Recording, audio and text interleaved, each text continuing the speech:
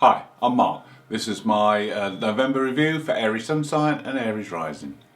We start the month with Mercury making a couple of aspects. The first on the 1st is a trine to Jupiter, and this is very good for anything to do with business or commerce, and it's a very fortunate time to start planning for the future.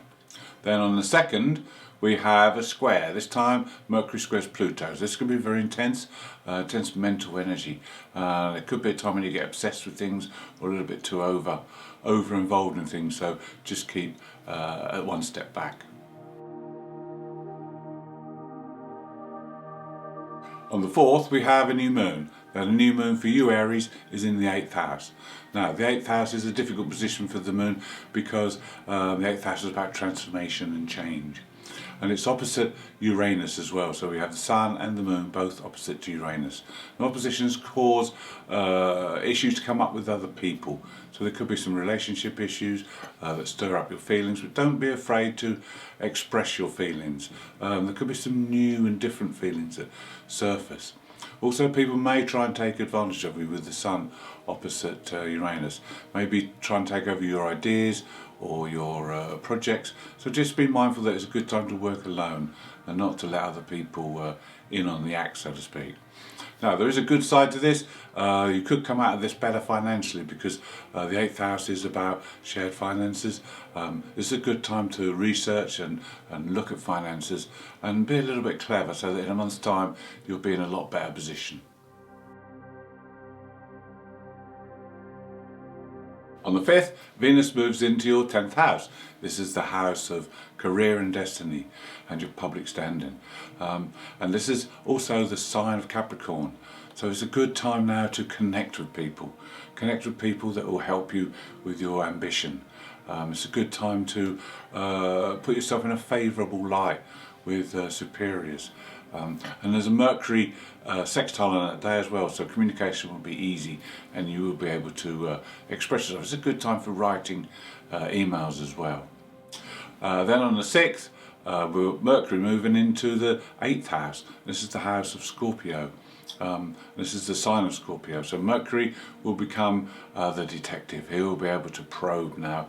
He'll be able to look at things beneath the surface and also increase his perception when he's looking at these things. And it could be some important discoveries made over the next few weeks. Mars, your ruler, has two difficult aspects this month. The first is on the 9th. This is a square to Saturn, and this lasts for 4 days. Mars is in your 8th house, Saturn in the 11th of Friends. So there could be blockages and hold-ups, and there could be things that friends tell you and say to you that you take too seriously, and maybe they put you off doing things that you should really be doing. Mars square Saturn is kind of like driving the car with the brakes on. You need to proceed with caution and slowly and not be too impulsive at this time. Mercury joins the equation as well on the 10th, conjuncts with Mars, so there could be some irritability here if you don't channel your energies well, and it may be a time when you don't really want to communicate and talk to people because Mercury will make that square to Saturn. With your increase in perception with the Sun being in your 8th house, there's an aspect to Neptune on the 12th, which means you want to delve into the spiritual side of things more and gain a better understanding of this level. It's a day where you'll be compassionate and you'll also be quite withdrawn, and maybe a good day to do some thinking or some meditation. Then a very different day on the 13th because Mercury makes an opposition to Uranus, so your mind will be buzzing, it will be full of excitement, and you'll be hard to keep it tamed down. So it's a good day again to try and meditate to stop the overactiveness of the mind, otherwise it might be hard for you to sleep or rest. Sunday the 14th, it's a good day to do some inner healing work. Venus in that 10th house squares Chiron, so it's a good chance here to heal any past relationship wounds to do with authority figures or to do with your career. It's also a great day for doing anything that's artistic. Then on the 15th, the Monday morning, it's all systems go because Sun makes a square to Jupiter. Jupiter's in that 11th house, so it's a good time to work together in a group. It's a good time to work with colleagues or friends, and really you'll be motivated to get things going.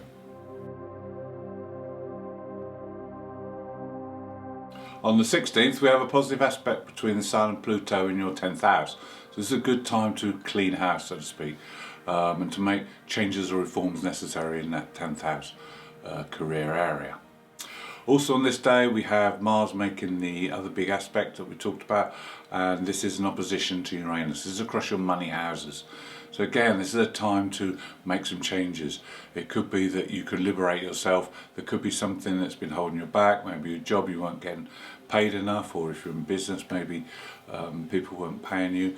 And it's a time now you may strike out against this, or you may decide to completely change and liberate yourself and take a new direction.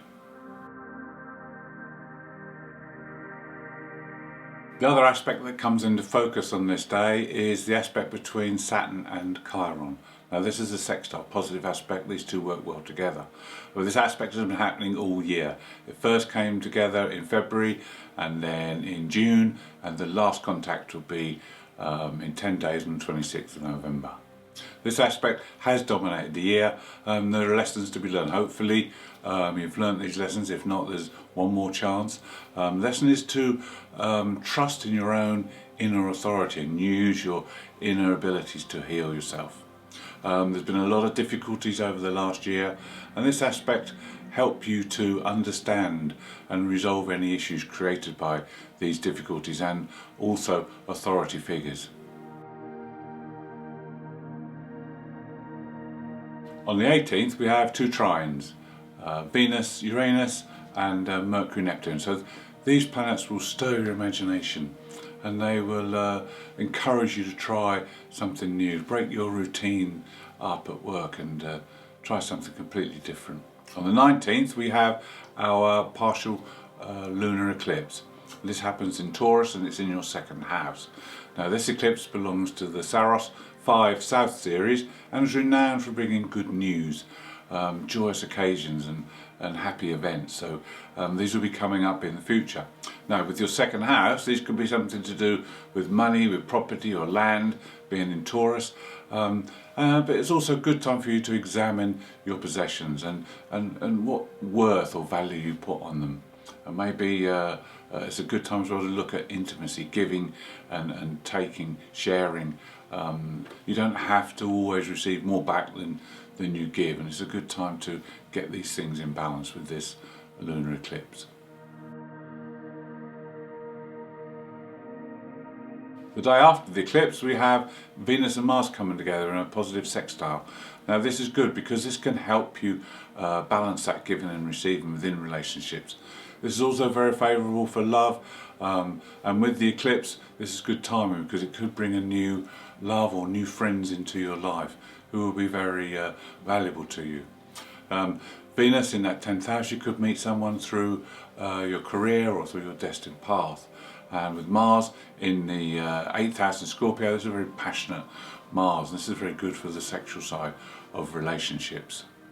We also have positive input from Mercury on that day with an aspect to Jupiter, so you'll be very buoyant and very upmarket.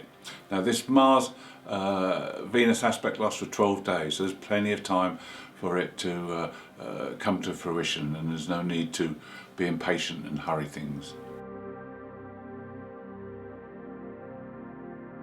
On the 22nd, the Sun moves into Sagittarius and your 9th house, followed very quickly behind by Mercury.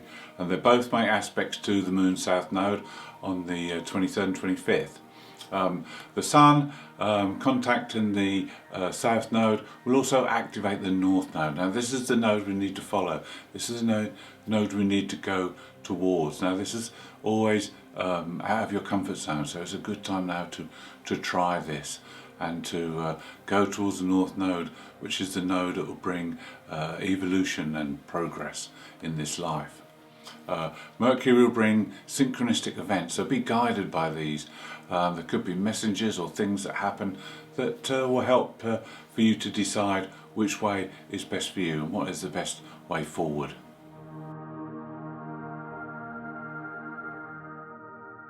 We finished the month with two minor grand trines. One on the 29th, this involves Mars trining Neptune, and they're both sextile Venus. This is a very creative, very expressive trine, so this is good to get the best out of your artistic side.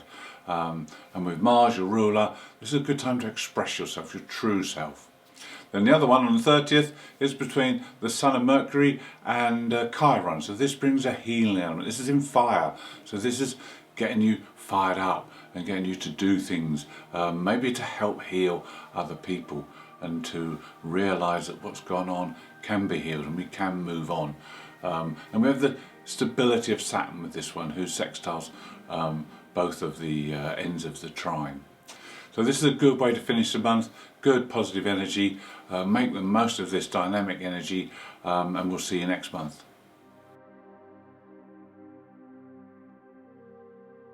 Thank you for watching. I hope you've enjoyed the review. If you'd like to see more, please subscribe. If you'd like to leave me a comment, I'd love to hear from you.